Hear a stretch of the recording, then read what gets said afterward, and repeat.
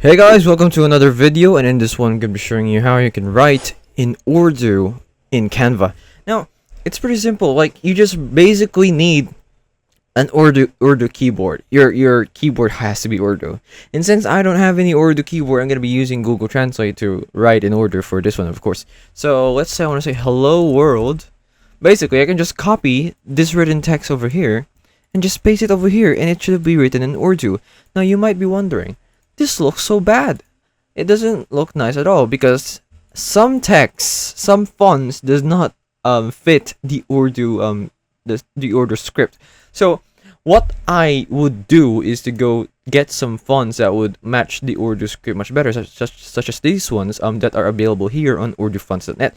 So I can just download any of these. For example, the Jamil Nuri Nastali Kasida one. This first one, I can just download it. I'm gonna download it because I would also need an Urdu text in order to show the character that I want to appear on it, because of course I have an English keyboard. So now I'm gonna be extracting this font that I have just downloaded onto my PC, which is usually going to be my desktop though. I'm just gonna be minimizing all of these things that I have here open.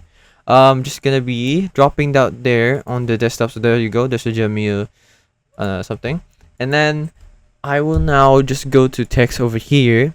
And then what we need to do is here. Go to your text. Go to the font, and then click on upload a font over here.